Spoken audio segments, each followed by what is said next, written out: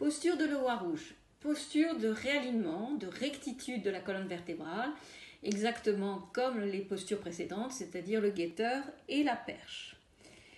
On va partir de la position à quatre pattes installée de façon juste.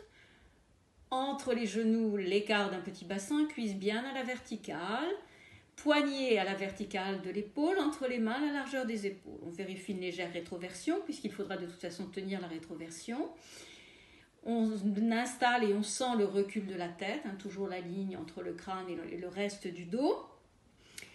Et alors attention, ça se fait vraiment en deux temps, puisque c'est donc on a dit rectitude et alignement de la colonne, posture d'appui et posture d'équilibre, vous allez comprendre. Donc, on va, dans un premier temps, sur une inspiration, lever, tendu, parallèle au-dessus du sol, la jambe droite, pied en extension, c'est mieux. Donc, pied pointé comme les danseuses. On veille à bien garder le bassin de face, les deux crêtes iliaques de face, comme dans les postures du guetteur. Donc, on ne lève pas la hanche, on ne lève pas plus haut. On ne lève pas la hanche, sinon on va déformer la posture. On aura l'illusion de monter la jambe, on déforme la posture. En fait, la jambe est horizontale et parallèle au sol.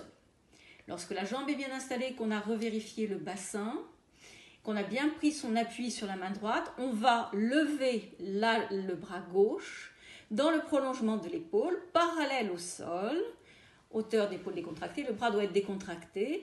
Alors, soit on peut avoir le poignet cassé, donc la main très lourde, soit on peut garder la main dans le prolongement du bras, avoir une main en extension. Voilà. Et on va essayer de maintenir, en maintenant bien la tenue du bassin, le recul de la tête, en continuant de veiller à ne pas lever la jambe, donc de ne pas trop lever la jambe pour ne pas tourner et lever la hanche. Et on maintient le temps de plusieurs respirations. Là aussi, on peut, comme dans les guetteurs, essayer de tenir la durée, parce qu'il y a aussi la notion d'équilibre.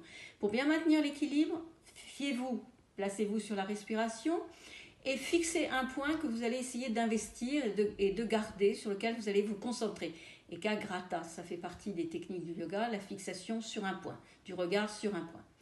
Lorsqu'on a terminé, retour sur le dos, on assis sur les talons et bien sûr, on installe ensuite l'autre côté.